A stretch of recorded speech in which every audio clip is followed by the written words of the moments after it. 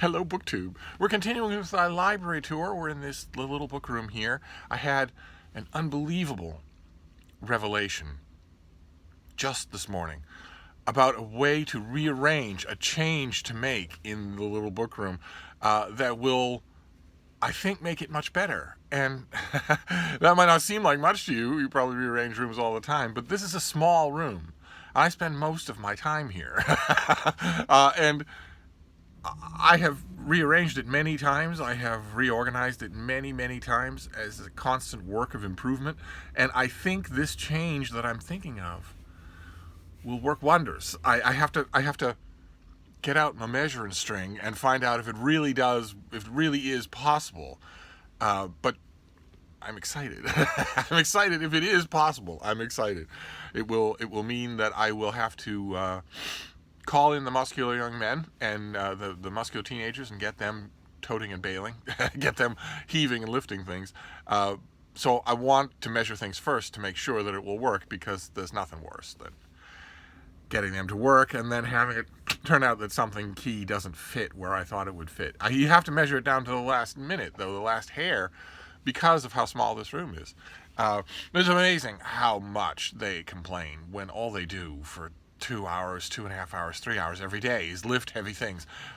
You get them to do that when they're not doing that, when they can't show off, when they don't have the ear pods and the dread music and the whole kabuki theater of young men who have made weightlifting a really big part of their life. There's a whole kabuki theater to it. They go in, heavily bundled up. They start their workout heavily bundled up, even though the weight room is heated. It's indoors and it's heated, because they like the idea of slowly peeling off all the clothes, of sweating through sweatshirts, and all that sort of stuff. And there's no emotion, of course. They have to act like Vulcans, so they go in. They're supposed to be old Rocky style, hard school, never crack a smile, never show any emotion while they crush their personal records or whatever. But they cry like babies if you ask them to do any lifting that doesn't work out right. So I will examine, I will measure, but I think I've come up with an amazing change for this room, something that will. Anyway, that's in the future. You won't notice it anyway. So we're on the bottom shelf. That's why I'm sitting down here in puppy territory. We're on the bottom shelf of this bookcase, and we're just going to plow ahead now that I'm done with my tedious anecdote. So there's only one transverse book, but it's a doozy. This is Barrow and Tipler, the Anthropic Cosmological Principle, from Oxford, a innocent enough paperback that has caused an enormous amount of headache for rational people. This book has been seized on since it first came out. This came out in the 80s, didn't it? Came out in the 80s? 1986. This has been seized on ever since then by religious fundamentalists who don't read it and who haven't read it and who wouldn't understand it if they did. It's been seized on by them for all of that time as an ally, as an incredible prop to their claims that the universe and everything in it was created by magic, by fairies, or their one particular fairy, the one particular fairy they think exists. And why? Because the Anthropic Cosmological Principle is Barrow and Tipler observing that if the fundamental constants and the forces of the universe were altered even a tiny bit in any direction, almost certainly human life would not have developed. That all the way down the line, that billions of years later, the human life on a planet like Earth, in a solar system like ours, would not have been possible. Which is kind of like saying, if you weren't here, you wouldn't be here. But that hasn't stopped religious fundamentalists, the ones who want to believe in magic, the ones who want to believe that a fairy is overseeing their existence. It hasn't stopped them from seizing on this book and saying, see? Oh, see?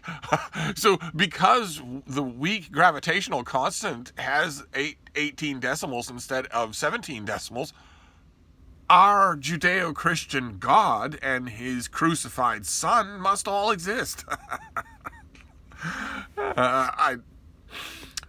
So now, inevitably, when you deal with the smarter of the Christian apologists, when you deal with the smarter of them, it's hard to use the word smarter because it's hard to apply the word smart to someone who is a science denier when science can be proven, it can be verified, it can be cross-verified. An atheist in Brooklyn will get the exact same results in scientific examinations that a fundamentalist in Calcutta. Now, it's not a religious fundamentalist, because the religious fundamentalists always forget that there are other fundamentalists out there, that there are other religions out there. You take this exact same book with its exact same observations about the nature of the constants of the universe, and you have Barrow and Tipler conclude by saying, well, this certainly means that Lord Shiva exists, that the great god Ganesh certainly did organize the universe this way. And Christian fundamentalists, who are the ones who seize on with this book, would be the first ones to say, you can't say that. You can't get Ganesh out of this book. Try telling that to them about their own magic being, and it just won't work. However, despite what an annoyance this book has been for rational people, for people who have looked all over the universe, of course, we were all children first, so we looked all over the universe in the hope of seeing magic, and have found none. Despite how much of an annoyance this book has been to those people, it is amazing.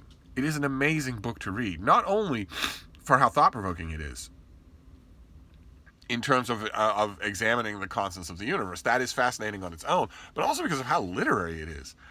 It's incredibly literary. It's an amazingly well-written book with allusions to all kinds of literature and mythology and history. It really is. It's a shame that all of those religious fundamentalists don't actually read it, because they would actually like it. But then again, they're not interested in reading books that they like. They have only one book, and are perfectly happy, as they have demonstrated for the last 2,000 years, to burn all other books, and if necessary, to burn the fans of those other books. So they don't actually read it. When you get some robotic charlatan like William Lane Craig, just wind him up and put him on a stage, he will mention Barrow and Tipler. He will, without fail, mention Barrow and Tipler. Hasn't read the book, hasn't adequately paid the grad students who have pressied the book for him, and wouldn't matter anyway. So anyway, but I do recommend the book. I do very much recommend the book.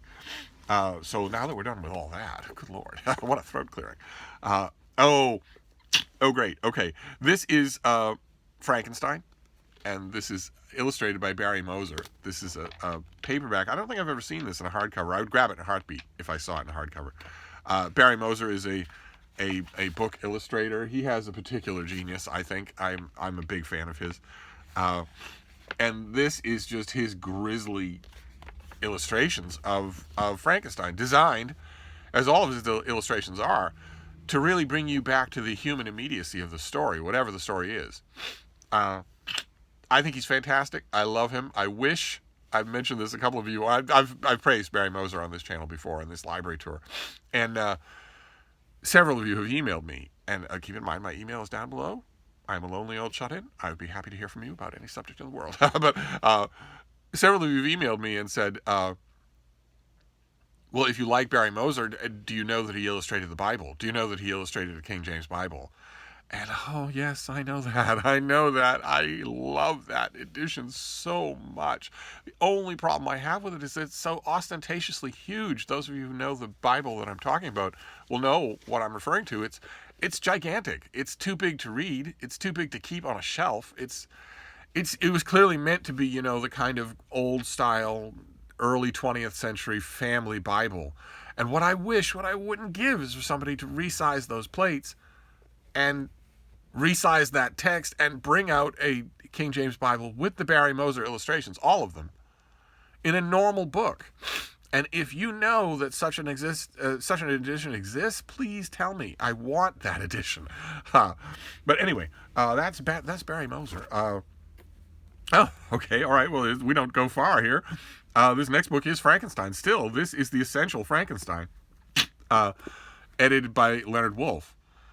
This one is not illustrated. No, okay, but this does have the same thing that so recommends his Essential Dracula, which is the blocks of notes at the bottom of every page where he goes through Frankenstein and annotates it, but with wit, with humor. It's just his annotated editions. He did one for Dracula, one for Frankenstein, and one for Dr. Jekyll and Mr. Hyde, and I don't think any others, but they are so much worth finding. They really are. So that the next time you feel like reading one of these essential books, you can just pick that version and enjoy his annotations along with it. Although, I have to say, whether or not you want to wait until next time, if you find his annotated Dracula, you should read it right away, because his annotated Dracula is a masterpiece of dry wit and also weird fact chasing. So what is this next one? Oh my, oh goodness. Okay, this is by Charles Seabrook. This is The World of the Salt Marsh. Look at that. I know that it's a weird feeling to me. I'm still not used to it after even all this time. But I know that a lot of you are watching me from all over the world, in all kinds of biomes, in all kinds of ecological niches. And some of you may have grown up. You may be watching this video without ever having personally experienced that. That is a salt marsh, where the very edges of the tides have etched out a nervous system tracework of muddy sedges and islands. That it's an amazing, amazing place. You can see in the background, there are the trees, there is the solid ground. But before then, you have this washway of a salt marsh. I have spent an enormous amount of time on salt marshes, trekking around them, paddling around them, sometimes even camping in them in order to see their nighttime wildlife. They are amazing places. Of course, like all delicate ecological niches, they are threatened in our current, Visigoth age. They are threatened, but they're amazing. And if you do live near a salt marsh and you've just sort of looked at it from a distance, you ought to go in and look at it. You ought to go in and tromp around on it, explore it. There's nothing there that can hurt you. If you're reasonably cautious, there's nothing there that can hurt you. And also, I have done this, of course, many times. Most people have not. And I'm not sure. It might not be for beginners. It might not be for me anymore. But exploring a salt marsh in winter is also an amazing experience. They're completely different. I don't know that you would notice the nature of the differences if you didn't know them in high summer. But paddling around a salt marsh in high summer is a fun thing to do anyway, even if you're a total tyro to what you're looking at. But the grasses, the insects, the animals, especially the birds, this is a terrific book about salt marshes. There are plenty of others, probably plenty of others in this room. Let's see, this next one is big and old. Oh, okay. This is from 1910. Boy, oh boy, I wish I had a dozen of these. This is a bound collection of McClure's magazine from 1910. And it's sun discolored, water discolored, and it's you get the photos and also the prose. You should get stories, columns, book reviews, essays, all that sort of stuff. And I got this at the Brattle Bookshop here in Boston. And I remember when I found this, I found it in the company of probably 20 other collected McClure's volumes. And I didn't get them. Or rather, I did. I got a half a dozen of them. And bit by bit over the years, I got rid of all the rest. I just have one from 1910, and I bitterly regret that. These are great to browse through. It's not such a great location down here, buried on the floor. But the change I have in mind would help with that.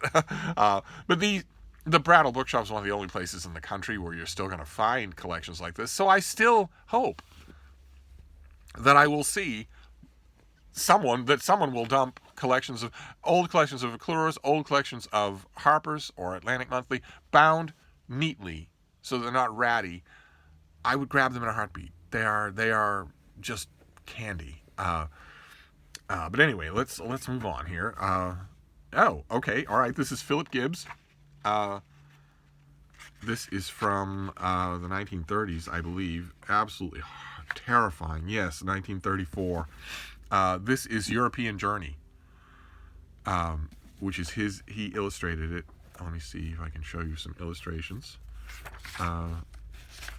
He traveled all throughout Europe in late 1933. He does the illustrations himself, and records what it was like. He records what it was like, and it's all. There is an element of interest because there's lots and lots of inadvertent details. He didn't know that he was actually creating this element of interest. But there are lots and lots of details about what travel was like 100 years ago in Europe. But you can't help but be chilled by the chapters on Germany. You can't help but be chilled by them. Because he doesn't know what's coming when he's writing them, when he's recording these things. He doesn't know what's coming, and neither does anybody else. All he knows is that something very strange is going on. Something very strange is happening in the cafes, on the streets, at the rallies, in a country that he knew well, in Germany. And he couldn't quite identify what was bothering him about it. It seemed like just an election had been won. A new party had come in. There was all sorts of renewed civic hope, all sorts of jingoism and optimism. And he couldn't. In the chapters on Germany, they're chilling to read because you can see that he can't quite identify what's bothering him about all this. Some of it, of course, seems a little excessive, and there are all sorts of rumors about the Jews. But he can't pin it down. But when he's leaving Germany, when he is in his car and he is driving through the last checkpoints, and Germany is behind him, he feels an unbelievable surge of relief that he's never felt before in leaving Germany. It feels like he's getting out of a gathering darkness, out of a closing cage, and watching it, reading the book. Oh, it's just terrific. In a way, in a horrifying way. Oh, great. Okay, I lamented about this. This next book. I lamented that I didn't have this anymore, and I lamented that I would ever find it in this particular edition. And here it is. Here it is. This is the Reader's Digest edition. Reader's Digest used to make beautiful hardcover editions of canonical classics. You probably saw all of it. A Book Olive did a great video about her love of these books. They're a staple of book sales and yard sales and whatnot, and they're justifiably so because they're fantastic. They're not made anymore. Reader's Digest doesn't do them anymore, but they're fantastic. They are good, very good editions of their particular books. Often one of the best editions. And this is Innocents Abroad by Mark Twain, which is one of his more successful travel writing books. And this is terrific. I'm so glad to have this. You've got the built-in bookmark, you've got the sewn binding, really tough, no delicate dust jackets, and just the edition of Innocents Abroad that I want. And I think we saw earlier in this book tour, this library tour, Roughing It. So they ought to be together. They should be together. Okay, what is this next one? Oh, okay. Okay, this is oh my. This is a camping guide. Not a camping guide, but a camping book. A book about camping up in the North Country. And this is Cache Lake Country by John Rowlands. And the reason that I got it originally is because it's illustrated by Henry Bugby Keane, Henry Bugby Keane is a nature book illustrator that I just love. That was the original reason why I sort of grabbed this thing, because his illustrations are so incredible. And this thing he was a generous illustrator, so this is lavish with them. Look at that. Ducks in a canoe. How beautiful. All that black space. Perfect use of it. This is from the 1930s, I think, this book. 1947. But as I read it, I fell in love with it. It wouldn't have mattered even if it weren't illustrated at all. And one of the things about the illustrations that I really love are the spot illustrations, which turns out they are not just birds or bugs or toadstools or what else. The spot illustrations also are practical. They're all throughout this thing. There are practical, look at that, dotted lines and dialogue and diagrams to show you how to do things. And once again, this is old. All of the woodsy know-how that those illustrations are depicting can now be bought, in extremely push-button simplicity in plastic for cheap at a Home Depot and brought with you to the woods. So you don't need to know all those things anymore, although it's fascinating to see. It's fascinating to see all of those things. Very seldom does a popular hiking guide, nature essay book like this include the specific details of what the author was actually doing and what instruments he preferred and whatnot as he was camping. Utterly fascinating. So what is this next one? Oh man. Okay, this does not belong in here. Maybe it does. Maybe it does belong in here. Wow. Okay. This is great. Let's find out. Let's dutifully find out when this was. There he is. I know that face better than I know my own. All these people, all these great titans from that particular, I've droned on about it at this library tour endlessly. There was a time, 60 years, 70 years in Boston, where Boston was 5th century Athens. It was Renaissance Florence. There was a time, it's not acknowledged anymore, but there was a time when Boston was the pulsing heartbeat of human attainment. The most advanced hospital, the first massive public library, the first mass transit underground route, the first charitable hospital wards where you would just tell your patients, we know you have no money, this care is free. The first subscription art museum, the first private art museum, the first subscription library, the first private library anywhere in the country. And in addition to all of that, a great wave of intellect, writers, poets, essayists, dramatists, novelists of all kinds, and the journals that they could print in. And this book is a biography, a glowing, wonderful biography of one of the greatest figures of that time, written by another one of the greatest figures of that time. Oh, wow. This is, let me get you the frontispiece here. This is James Russell Lowell and His Friends by Edward Everett Hale. James Russell Lowell is now completely forgotten. Edward Everett Hale might be kind of sort of remembered as the author of The Man Without a Country. But this book is about him. This is about James Russell Lowell and all the people that he knew, all of whom are wonderfully, wonderfully evoked here. Oh my. Oh my. William Lowell Putnam, Charles Russell Lowell, James Jackson Lowell, and Robert Gould Shaw. That was going to be the next generation of the very group that I was talking about. That was going to be the next generation until the Civil War happened and they did their duty and mostly died. And this is not a, wait. There's James Russell Lowell when he was in school. You probably can't tell from that stiff old photograph, but he was amazing. He was a bolt of lightning. There was a long time in this country, 50 years of time in this country, where if you had told someone that the day would come when no one in the literary world would know James Russell Lowell's name and would never have read his work, they wouldn't have believed you. Same thing as 500 years before that, if you had told the bookish people in, I don't even know, all through France, all through England, if you had told the bookish people there's going to come a time when no one will know the name or the work of Erasmus, a person like that in London would have said, well, the common folk don't ever know such things. And you would have said, no, I mean in literary circles, literary people, bookish people. You will ask them, who is Erasmus? And they won't know. They will never have heard of him. 500 years ago, if you'd said that in London, the bookish people in London would have thought you were crazy. 150 years ago, if you said that in Boston about James Russell Lowell, they wouldn't have believed you. They would have said, no, no, no, no. All these other people, sure, will go away. Edward Everett Hale, maybe.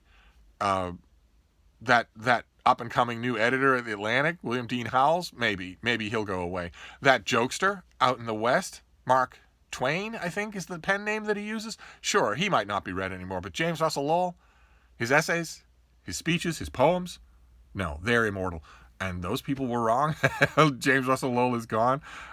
Except here at Hyde Cottage. And Edward Everett Hale's book is not a formal biography. He tells you that himself over and over again in the course of the book. But it's all the more wonderful for that. It's just a wonderful portrait that really belongs out with the biographies, but I'll keep it in here. Oh, goodness gracious. Oh, my. Okay. All right. Well, this is old as well. Not quite as old. This is 1946.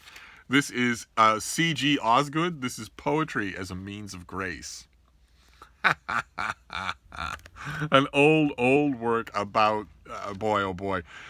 It's Dante, it's Sidney, it's Spencer. It's reflection on poetry as the central intellectual good, as the central intellectual and moral good. Poetry, to put it mildly, is not thought of that way anymore. The Beats killed that, as they killed so many other things.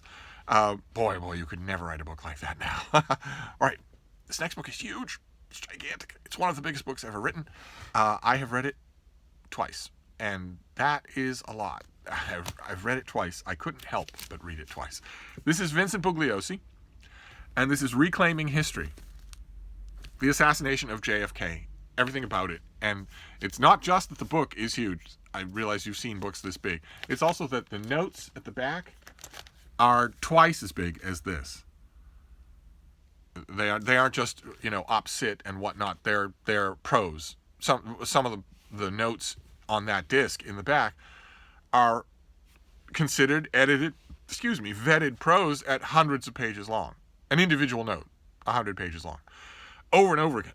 So when you put all that together, this easily bucks for the longest book ever written.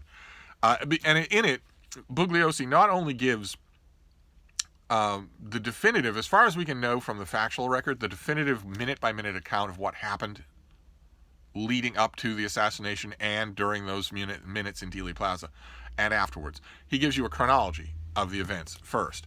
And that chronology is so masterful. It has been pieced together so carefully that it's actually been made separate as a book. Because you can't sell this thing. I couldn't sell it when I was in a bookstore. And then the rest of the book is him knocking down every conspiracy theory. He is a firm proponent, the firmest of them all, of the Warren Commission and the Warren Commission's original conclusion that Lee Harvey Oswald acted alone in the assassination of President Kennedy. He's a firm believer that the facts uncovered by the Warren Commission and assembled for their report lead to no other conclusion, that there's no other way to explain the events of that day except with that, no matter how unsatisfying it is. And he doesn't, in the remainder of the book, he doesn't go through the main Kennedy conspiracy theories and knock them down. He goes through them all. He goes through every one of them and knocks them down serially. And it is gripping reading, but it's exhausting. It's the most exhaustive thing that's ever been written on this subject. So I had to read it, and then I had to reread it, and then I had to review it. I will, as always, try to find my review and leave it down below. Okay. And then this last one, again, the library tour has gone very long. Sorry about that. These are great. These are the Oxford Handbook series. They're still going on, and they're fantastic. They are fantastic. I don't know what audience Oxford thinks they have for these things, but I'm glad they continue to make them. I have a few of them, and they are wonderful. They're worth the price, he says, hypocritically, even though I don't pay for them. But if you're watching your pennies and you're of a bent to buy these things, they are worth the money. The Oxford Handbook series takes a subject and draws together 2 dozen essays by experts on that subject. So they are an anthology in a lot of the same ways as the Viking Portable, only because they're dateable. In 30 years they will be historical artifacts. But they are gripping reading, just thrilling. uneven in the predictable ways that you have with an anthology. Not every writer is as good as every other writer, but there are Oxford handbooks. If you go to Amazon, for instance, you look around, you'll see there are Oxford handbooks on dozens and dozens of subjects. One of which is bound to interest you enough to want the handbook on the subject to find out what the leading thinkers on that subject are writing for their commissioned essays for that book. And the one that I kept, I have, I think, 3 others somewhere here. They're on every abstruse bookish subject in the world. But the one that I kept is the Oxford Handbook of Animal Ethics. And I think I even reviewed this. It's amazing. Just amazing. There are essays in it that I go back to more often than others. Like I said, that's absolutely unavoidable with anthologies like this. You're going to find highlights and lowlights and that sort of thing. It makes it extra dodgy when you're reviewing it, because a book like this, I am just going to want to recommend it. I'm absolutely going to want to recommend it, but you can't uniformly recommend it. Your job as a critic prevents that. So I had to point out, highlights, and maybe in a nice review you would then soft pedal the lowlights unless there's an embarrassment. But there aren't any embarrassments in these Oxford handbooks. They're amazing, and I should go on Amazon and see how many there are now. There are hundreds of them, and they're all incredible. All the ones that I've got my hands on are incredible. But the one on animal ethics, that hit a soft spot, so I kept it here in this room. I don't know how many more are in this room. We'll find out, because we're just going to continue with this library tour. So now the roller coaster starts again. We're done with this bottom shelf, so we're going to go way up top. Oh my God, I will be on the footstool. For those of you watching in the cheap seats, so get the popcorn ready. So we'll do that tomorrow. So I will reconvene then, and we'll continue with this library tour. Thank you, BookTube.